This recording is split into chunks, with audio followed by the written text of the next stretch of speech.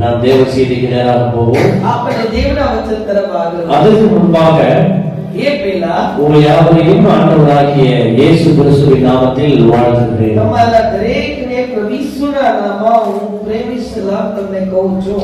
இந்த அற்புதமான வாய்ப்பை எனக்கு வழங்கி இருக்கிற நம்முடைய ஆண்டவருக்கும் அருமையான போதகர் எபினேசர் ஐயா மற்றும் அவரது குடும்பத்திற்கும் என்னுடைய உள்ளம் கடந்த நன்றிகளையும் வாழ்த்துக்களையும் தெரிவிக்கிறேன். અદ્ભુત સમય મારા માટે પ્રભુએ આપ્યા માટે હું દેવ યહોવાને આભાર માનું છું. તેમ પાસ્ટર સાહેબને પણ આભાર માનું છું. તમારા અંદર ઈશ્વરની વચન હું કરી શકું. அடியாரோடு இணைந்து வந்திருக்கிற ஊழியர்களாகிய அருமையான டேவிட் பூன் அவர்களையும் அருமையான பாஸ்டர் திரைராஜா அவர்களையும் இயேசு கிறிஸ்துவின் நாமத்தில் வாழ்த்துகிறேன். મારા સાથે મદદ સેવામાં આવનાર પાસ્ટર દ્રવ્યમૈયા અને બ્રધર ડેવિડ બોનને પણ હું શું કરું છું, યાદ કરું છું. તેઓના માટે દેવને આભાર માનું છું. இவங்கெல்லாம் கை தட்டி கொடுத்துருங்க.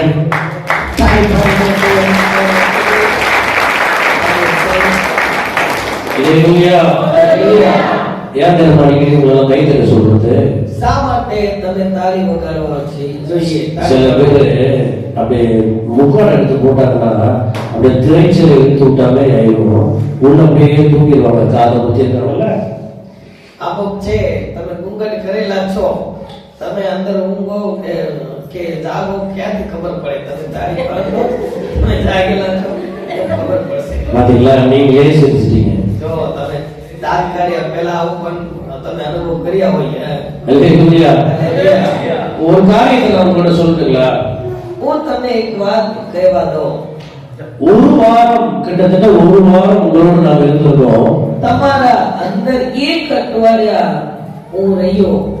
இந்த ஒரு வாரத்துல உணவு, இயற்கை, காற்று, குளிர், இது எல்லாமே எங்களுக்கு சவாலா இருந்தது.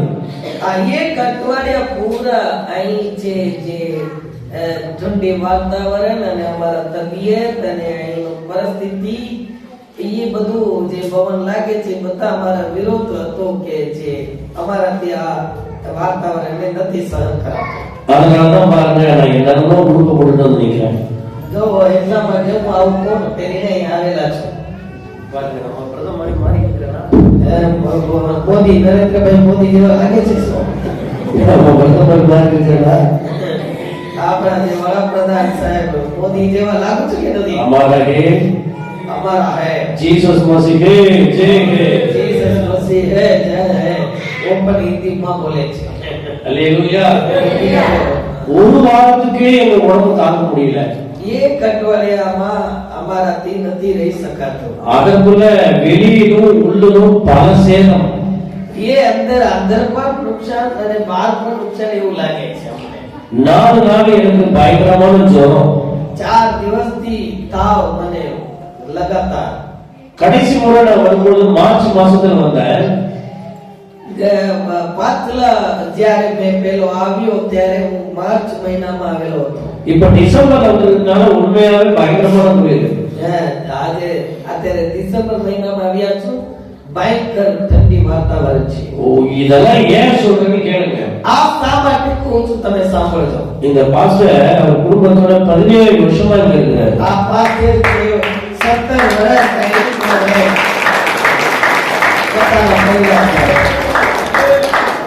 எங்க ஊர்ல எங்க கூட பிறந்த ஒரு சகோதரரை நாங்க உங்களுக்காக அனுப்பி கொடுத்துருக்கோம். અમારા ગામમાં અમારા દેશમાં જન્મેલા અમારા પોતાના ભાઈને અમે તમારા માટે આપ્યા છે ગુજરાતમાં. இன்ன வரைக்கும் அவருக்கும் உடல்நிலை பெருசா செட் ஆகல. આજ સુધી પણ એમને પણ ઠંડી વાતાવરણમાં જે મોસમ છે સેટિંગ નથી થતું. நான் எப்படி ஒரு வார காலமா அங்க அவ்வளவு அவசரப்படணும், அதையே குடும்பமா 17 வருஷமா அவசரப்படுறாங்கன்றத நீங்க மறந்துடாதீங்க. જે 5 દિવસથી જે હું અનુભવ કરું છું તેઓ 17 વર્ષ પૂરા પરિવાર સહિત અહીં અનુભવ કરે છે. તે વાતને ભૂલતા નહીં, યાદ રાખો. எங்க தமிழ்நாட்டுல இருக்கிற உணவு வேற, અમારા તમિલનાડુમાં રહેનાર ભોજન અલગ છે, கலாச்சாரம் வேற. તેઓની વાતચીત અને કલાચાર અલગ છે. ஆனா இங்க வந்து அவங்க உங்க கலாச்சாரத்துக்கும் உங்க உணவு முறைக்கும் மாறி இருக்கிறது ரொம்ப ஆச்சரியமா இருக்கு. પણ અહીં આવીને તમારા અંદર તેઓ તમારો ભોજન ખાઈને તમારો જેમ વાતચીત કરીને તમારા અંદર જીવે છે તે અમારા માટે બહુ આશ્ચર્ય લાગે છે. கொஞ்சம் காது கொடுத்து கேளுங்க. તમે કાન દઈને સાંભળજો. எவ்வளவு சவால்கள் மத்தியில குளிர், பனி, இப்படி கடுமையான வெயில், பயங்கரமான தேவைகள், எதிர்ப்புகள் மத்தியில 17 வருஷமா இந்த ஊழியர்கள் இருக்காங்க. நீங்க நினைவு கொள்ளுங்க. આવા જે વિરોધ કામ ઘણા અને ઘણા રૂકાવટો ઘણા દુઃખ તકલીફો સહન કરીને અહીં તમારા અંદર તેઓ સેવા કરે છે તેને તમે કદી ભૂલતા નહીં. હંમેશા યાદ કરવું જોઈએ પ્રભુના સન્મુખમાં. அப்போ 17 வருஷமா ஒரு தமிழ்நாட்டுல இருந்து ஒரு ஊழியம் செய்யறது சாதாரண காரியமா? 17 વર્ષ તમિલનાડુ છોડીને અહીં આવીને સેવા કરવાની વાત છે એ એક સામાન્ય વાત છે નહીં. வாயெல்லாமே ஒழிச்சு போயிடுச்சு. મારા મુંહમાં બધો એટલે ગરમીના કારણે ખુલી ગયો, થોડો આમ તાવનું એવું દેખાવ છે. ஏன்னா அந்த குளிர் அந்த பனி எனக்கு ஒத்துக்கல. આ જે ઠંડી વાતાવરણ મારાથી સહન નથી કરાતો. ஆனா அதை போலதான் அந்த ஐயா இரவும் பகலும் பார்க்காம உங்களுக்காக ஓடிக்கிட்டு இருக்கிறாருங்கிறத நீங்க பாருங்க. એવા જ પરિસ્થિતિમાં રાત ને દિવસ તમારા માટે અહીં જીવન જીવે છે અને તમારા પાસે આવે છે. மேல பக்கத்துல கையை பிடிச்சு சொல்லுங்க. તમે તમારા બાજુમાં દેશના વ્યક્તિનો હાથ પકડીને કહો, એને કહો. மேல கையை பிடிச்சு આજુબાજુમાં બેસવાવાળાને હાથ પકડો, જોર से પકડો. பக்கத்துல கையை பிடிங்க. હાથ પકડો. તમારા બાજુમાં કોણ છે? કોઈ ન હોતા અહીં આવી જાઓ. ஹலோ, બોલો, તમે પકડો. ઓકે.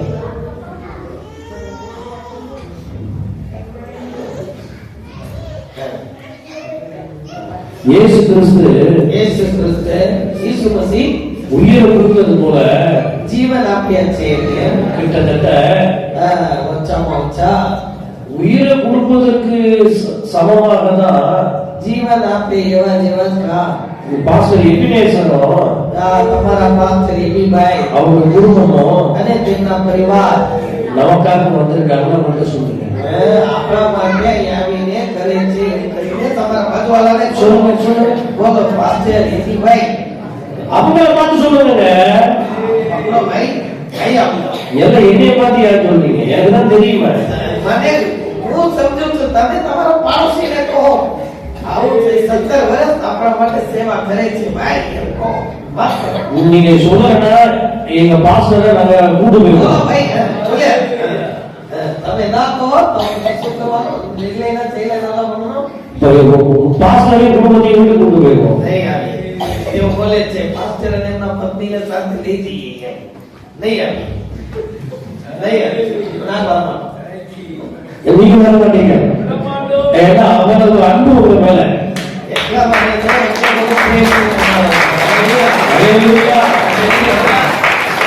சரி, பிரசங்கத்துக்கு நேரம் போவோமா? આપણે દેવના વચન તરફ આગળ વધીશું.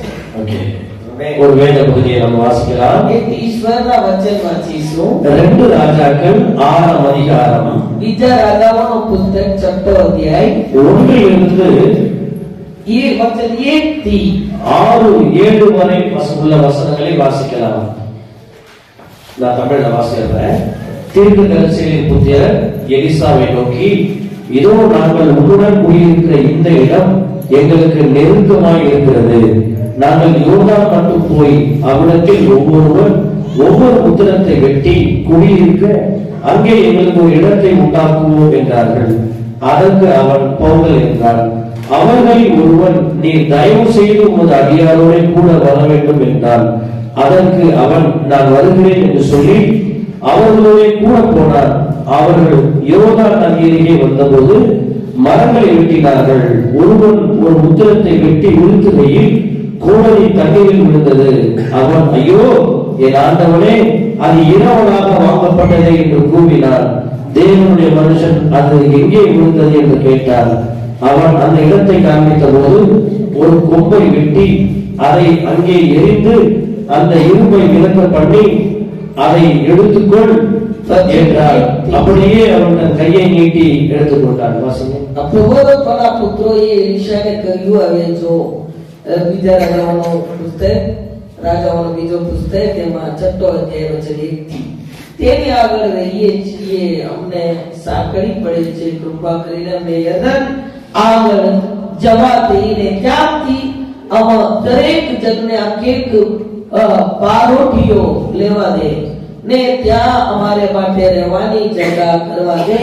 તેણે ઉત્તર આપ્યો કે જાઓ. અને કોઈ એક કહ્યું, કૃપા કરીને રાજી તેને આ તારા દાસો સાથે ચાલ. તેને ઉત્તર આપ્યો કે હું આવીશ. પછી તેમની સાથે ગયો. તેઓ યર્દન પહોંચીને લાકડા કાપવા માંડ્યા, પણ એક જો બારોટીઓ કાપતો ને તેવામાં તેની કુહાડી પાણીમાં પડી ગયો. તેને બૂમ પાડીને કહ્યું કે એ મારા ગુરુજી, અફસોસ, કેમ કે એ તો માગી આણેલી હતી. ત્યારે ઈશ્વર ભક્ત પૂછ્યું તે ક્યાં પડી, અને તેણે જતા તે જગા બતાવી. તેને ત્યાં લાકડું કાપીને ત્યાં પાણીમાં નાખ્યું, એટલે તે લોટો તરી આવ્યો. તેને કહ્યું કે તું ઉંચકી લે. એટલે પોતાનો હાથ લંબાવીને તેને લઈ લીધો. அல்லேலூயா. இங்க ஆச்சரியமான ஒரு செய்தி நீங்க பார்க்க முடியும். ત્યાં એક આશ્ચર્ય વાત તમે જોઈ શકશો. எலிசா தீர்க்கதரிசியோடு கூட தீர்க்கதரிசியின் புத்திரர்களும் வசித்தார்கள். જે એલીશા ભવિષ્યવક્તા તેના સાથે પ્રબોધક સાથે પ્રબોધકોના પુત્રો પણ વાસો કર્યા. எப்படி ஒரு சர்ச் பாஸ்டருக்கு கீழே அசோசியேட் பாஸ்டர்ஸ், அசிஸ்டன்ட் பாஸ்டர்ஸ் இருக்கிறாங்க போல ஒரு பெரிய தீர்க்கதரிசிக்கு கீழே சின்ன சின்ன தீர்க்கதரிசிகள் இருப்பாங்க. કે જેમ એક પાદરીના નીચે મદદગાર સેવકો રહે છે, તેમ પુરાણા સમયમાં પ્રબોધકોના હાથના નીચે તેમના પ્રબોધકો પુત્રો તરીકે મદદગાર પ્રબોધકો પણ તેઓ રહેતા હતા. இந்த தீர்க்கதரிசிகள் புத்திரர்கள்லாம் எல்லாரும் ஒன்று சேர்ந்து வந்து எலிசாட்ட போய், ஐயா ஐயா கேட்டீங்களா கதையே, நாங்க தங்கி இருக்கிற இந்த இடம் எங்களுக்கு ரொம்ப நெருக்கமா இருக்கு. તેઓ એમ બોલ્યા છે, પ્રબોધકને બોલ્યા, એલીશા પ્રબોધકને, પ્રબોધકજી તમે ધ્યાન દઈને જોવો કે અહીં જ્યાં અમે રહીએ છીએ એ જગ્યા બહુ સાંકડું લાગે છે. அதனால માટે நாங்க என்ன செய்ய போறோம்னா, நாங்க யோர்தான் மட்டும் போய் અમે યર્દન આગળ જવા માંગીએ છીએ. ஆளுக்கு ஒரு உத்தரத்தை வெட்டி எங்களுக்கு வீடுகளை உண்டாக்கி கொண்டு எங்களுக்கு பர்மிஷன் கொடுங்கன்னு கேட்கிறேன். ત્યાં અમે જઈને એક પારોટીઓ કાપીને લાવીએ, તેમાં અમે અમારો જે મકાન અમારા માટે રહેવાનું બનાવવા માંગીએ છીએ. எலிசா நீங்க போங்க அப்படின்ட்டாரு. એલીશા પ્રબોધક બોલ્યા, જાઓ તમે જઈને કાપી આવો. அதுல ஒரே ஒருத்தன் மட்டும், ત્યાં એક વ્યક્તિ હતા, તે બોલ્યા, ஐயா தயவு செய்து நீங்களும் எங்க கூட வரணும் அப்படின்ட்டாரு. સાહેબજી તમે કૃપા કરીને તમે પણ અમારા સાથે આવવું પડશે. இப்ப எல்லாரும் கும்பலா போயிட்டு இருக்காங்க. અત્યારે બધા સાથે મળીને એલીશા પ્રબોધક સાથે જાય છે. யோர்தான் நதி வந்த உடனே ત્યાં યર્દન નદી આવી, ત્યાં ஆளுங்க கோடரியை எடுத்து மரங்களை வெட்ட ஆரம்பிச்சிட்டாங்க.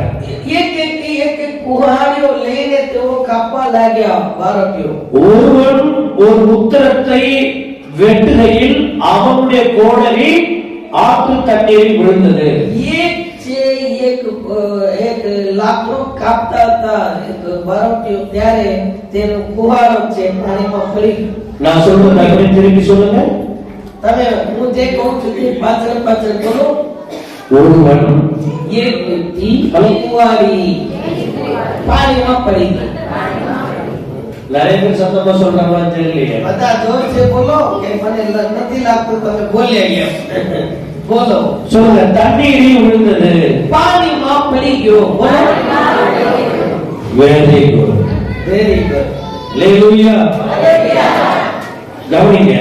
ધ્યાન દઈને સાંભળજો. அந்த கோடரி தண்ணீர்ல விழுந்த உடனே તે કુવાડી પાણીમાં પડી ગયા તરત அவன் என்ன செய்தானா, તે શું કર્યું છે? ஐயோ என் ஆண்டவரே, એ બૂમ પાડીને કહેવા લાગ્યો, ઈશ્વર બાપ, அது இரவலாய் வாங்கப்பட்டதே என்று கூவினார். મારા ગુરુજી, અફસોસ, એ તો માગીને લાવેલી હતી. ஐயோ என் ஆண்டவரே, મારા ગુરુજી, அது இரவலாய் வாங்கப்பட்டதே என்று கூவினார். એ માગીને લાવેલો કરીને બૂમ પાડો. ஆங்கில வேதாகமத்துல એ વચન એટલે અંગ્રેજીમાં છે. எப்படி இருக்கு அப்படின்னா, કેવી રીતે એનો ઉલ્લેખ આપેલો છે. ஓ மை எலிஷா, ஓ சொல்லி he cried out, એ એવી રીતે પોકાર કર્યા. he cried out loudly, એ બૂમ પાડીને પોકાર કર્યા, ગુરુજી, oh my master, ઓ મારા ગુરુજી. he cried loudly. એ એમ કરીને બૂમ પાડ્યા અને પોકાર કર્યા.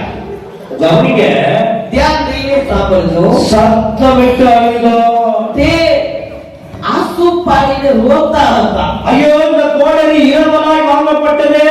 ઓ અફસોસ છે, આ મારો પોતાનું નથી, માગીને લીધેલી હતી. தான் இரவலாய் வாங்கின ஒரு காரியத்தை இழந்து போகும் பொழுது அதை குறித்து கவலைப்பட்டார். માગીને આનેલી એ કુંવારીને વિચાર કરીને તે બહુ ચિંતિત અને મન દુઃખિત હતા. அது தண்ணீரிலே விழுவதை குறித்து கண்ணீர் வடித்தார். તે પાણીમાં પડી ગયો છે તે સમજીને તે રોવા લાગ્યા. அது தொலைந்து போனதை எண்ணி அவன் மனவேதனம் அடைந்து துக்கம் அடைந்தார்.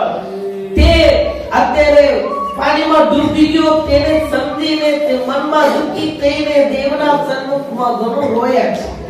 ஒன்று நான் சொல்லட்டுங்களா? હું તમને એક વાત કહેવા அந்த கோடரி அவனுடைய கோடரியா? એ કુંવારી એનું પોતાનું હતું કે நல்லா பக்கத்துல கை பிடிச்சு கேளுங்க. அவன் கோடரி தான், அந்த கோடரி அவனோட தான் கேளுங்க. બાજુમાં બેસના વાત પકડીને પૂછો કે આ કુંવારી એનું પોતાનું હતું કે நல்லா பக்கத்துல கை பிடிச்சு கேட்கணும். પૂછો કે આ કુંવારી એનું પોતાનું હતું. நிறைய பேரு கை கொடுக்கவே மாட்டாங்க. બીજા છે હાથ મિલાવશે નહીં. ஏன்னா பயங்கர சண்டை போட்டு வச்சிருக்காங்க அவங்க. કારણ શું છે, ઘરેથી આવતા ત્યારે ઝઘડીને આવ્યા છે. அவங்க முகத்துல நான் முடிக்கிறா, આનો ચહેરા કેમ કરીને હું જોઉં. உங்களுக்கு என் கையை கொடுத்துருச்சா? એને મારો હાથ નહીં சீ சீ சீ, છી છી છી. நான் கையில கொடுக்க மாட்டேன், હું એનો હાથ નહીં પકડું. அவங்க பார்க்கவே மாட்டேன்.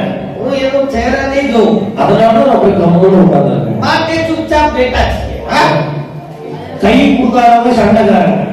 તમે હાથ ના પકડો તો તમે એના ઝઘડા દુશ્મન છો. தமிழ்நாடு சர்ச்சில் போய் சொல்லிங்களா? બાજુ વાળા હાથ પકડો. હાથ પકડ્યા. சொல்லுங்க. அந்த கோடரி એને પૂછો આ કોહારી அவனோட சொந்த கோடரியா? શું એનું પોતાનું હતું? என்ன சொல்றாங்க? જવાબ શું બોલ્યા છે? ના બોલવાનું. அவன் சொந்த கோடரி இல்ல, એ એનું પોતાનું નહોતું. அது இரவலாய் வாங்கப்பட்டது. એ માંગીને લાવ્યા કે ખાલી કામ કરવા પૂરતું. அன்பான கர்த்தருடைய பிள்ளைகளே, મારા પ્રિય બાળકો, இந்த காலை வேளையில் ஒரு காரியத்தை நான் உங்களுக்கு சொல்லட்டும். હું આ સવારના સમયમાં તમારા માટે એક વાત કહું. நீங்களும் நானும் வாழ்ந்து கொண்டிருக்கிற இந்த வாழ்க்கை இயேசுவிடமிருந்து இரவலாய் வாங்கப்பட்ட வாழ்க்கை. તમે અને હું જે આ જીવન જીવીએ છીએ, જે આ જીવન પ્રભુ ઈસુના પાસેથી મફતમાં આપણને મળ્યું છે. நீங்களும் நானும் இன்றைக்கு வாழ்ந்து கொண்டிருக்கிற விடுதலையான வாழ்க்கை, அற்புதமான வாழ்க்கைக்காக இயேசு ஜீவனை கொடுத்திருக்கிறார் என்பதை நீங்கள் மறக்காதீர்கள். તમે અને હું જે આ જીવન જીવીએ છીએ તેને પ્રભુ ઈસુ આવી રીતે આનંદ અને ખુશીથી જીવન જીવવા માટે પ્રભુએ આપણને મફતમાં આપ્યું છે તે વાતોને તમે ભૂલતા નહીં. உங்களுக்குள்ளும் எனக்குள்ளும் இருக்கிற அந்த அபிஷேகம், வல்லமை, வரங்கள், கிருபைகள் அது உங்களுடையதல்ல, என்னுடையதல்ல, அது இரவலாய் வாங்கப்பட்டது. તમારા અંદર જે અભિષેક અને જે કૃપા જે તેનું છે તે તમારા પોતાનું નથી, તે પ્રભુ ઈસુના તરફથી જે મારો દેન છે તે તમે આપ્યું છે. இயேசு இந்த பூமியில மனுஷனாய் இருந்து ஊழியத்தை நிறைவேற்றும் பொழுது அந்த சிலுவையில பிதாவிடத்தில் தம்முடைய ஆவியை ஒப்புவித்தார் என்று பார்க்கிறோம். જ્યારે પ્રભુ ઈસુ જગતમાં જે માણસના રૂપમાં પ્રગટ થયા ત્યારે તે ક્રૂસ ઉપર મરણ પામ્યા. ત્યારે પ્રભુ ઈસુ પિતાને બોલ્યા, પ્રભુ મારા પિતા, હું મારા આત્મા હું તારા હાથમાં સોંપું છું એમ કરીને સમર્પણ કર્યું. இந்த திருச்சபையில் உட்கார்ந்து இருக்கிற ஒவ்வொருவரும் આ મંડળીના અંદર રહેલા દરેક લોકોને இந்த வார்த்தைகளை ஒலிபெருக்கின் மூலமாய் கேட்கிற ஒவ்வொருவரும் આ વાતોને જેઓ પોતાના કાનમાં સાંભળનાર દરેક વિશ્વાસી ஒரு நாள் வெள்ளை முன்பதாய் நிற்போம். એક દિવસ જ્યારે શ્વેત સિંહાસન છે, જે અંતિમ દિવસમાં આપણે પહોંચવાનું છે, ત્યાં આવીને ઊભા રહીશું. அன்றைக்கு புத்தகங்கள் திறக்கப்படும். તે દિવસે એવા ઘણા પુસ્તકો ખોલવામાં આવશે. ஜீவ புத்தகம் திறக்கப்படும். જીવન પુસ્તક કરીને એક પુસ્તક છે તે પણ ખોલવામાં આવશે. ஞாபக புத்தகம் திறக்கப்படும். યાદીનું પુસ્તક પણ ખોલવામાં આવશે. அநேக புத்தகங்கள் அவருடைய சமூகத்தில் புரட்டப்படும். એવી રીતે ઘણા અનેક પ્રકારના પુસ્તકો એમના સન્નિધિમાં ખોલવામાં આવશે. அன்றைக்கு તે દિવસમાં அவர் நமக்கு கொடுத்தவைகளை குறித்து நாம் கணக்கு ஒப்புவிக்க வேண்டும். જે કંઈ પ્રભુના પાસેથી આપણને મળ્યું છે તેનું યોગ્ય હિસાબ ત્યારે દેવું પડશે. ஒரு கேள்வி நான் கேட்கிறேன். હું તમને એક પ્રશ્ન પૂછું છું. அந்த கோடாரி எவ்வளவு ரூபாய் இருக்கும்? એ કુહાડી છે કેટલા રૂપિયા વાળો હોય? कितना रुपया? અત્યારે કુહાડી વેચે છે ને કુહાડી. कुआड़ी कितना रुपया? કેટલા एक तो રૂપિયા? एक એક કુહાડી કેટલા રૂપિયાનું છે? 500 રૂપિયા. હા? તો પાછળ તે બોલે છે 500 રૂપિયા? 500. આ 500 રૂપિયા. ஒரு 500 ரூபாய் கோடாரிக்காக એક 500 રૂપિયાના કુવાડી માટે ஒருவன் கவலைப்பட்டு એક વ્યક્તિ ત્યાં ચિંતાઓથી ભરાઈ ગયા. மனம் உடைந்து તે મન દુખી થઈને મન ભાગી அழுது રોવા લાગ્યા. தன்னுடைய எஜமானனை நோக்கி கூப்பிடுகிறதானால் પ્રબોધકને બોલે છે, ગુરુજી મારો કુવાડી પડી ગયો. இயேசு கிறிஸ்து நமக்கு தந்திருக்கிற இந்த அற்புதமான வாழ்க்கையை நாம் தொலைத்தோமானால், જે પ્રભુ પરમેશ્વર પાસેથી આપણને જે જીવન મળ્યું છે તે આ જીવનને આપણે પોતે ખોઈ નાખીએ તો શું થાય? இந்த திருச்சபைக்கு வருவதற்கு முன்பதாக, இயேசு கிறிஸ்துவை ஏற்றுக்கொள்வதற்கு முன்பதாக நீங்கள் நானும் எப்படி இருந்தோம் கொஞ்சம் நினைச்சு பாருங்க. આ મંડળીના અંદર તમે આવ્યા પહેલા અને પ્રભુ ઈસુને તમે વિશ્વાસ કર્યા પહેલા તમારું જીવન કેવું હતું તેને થોડું વિચાર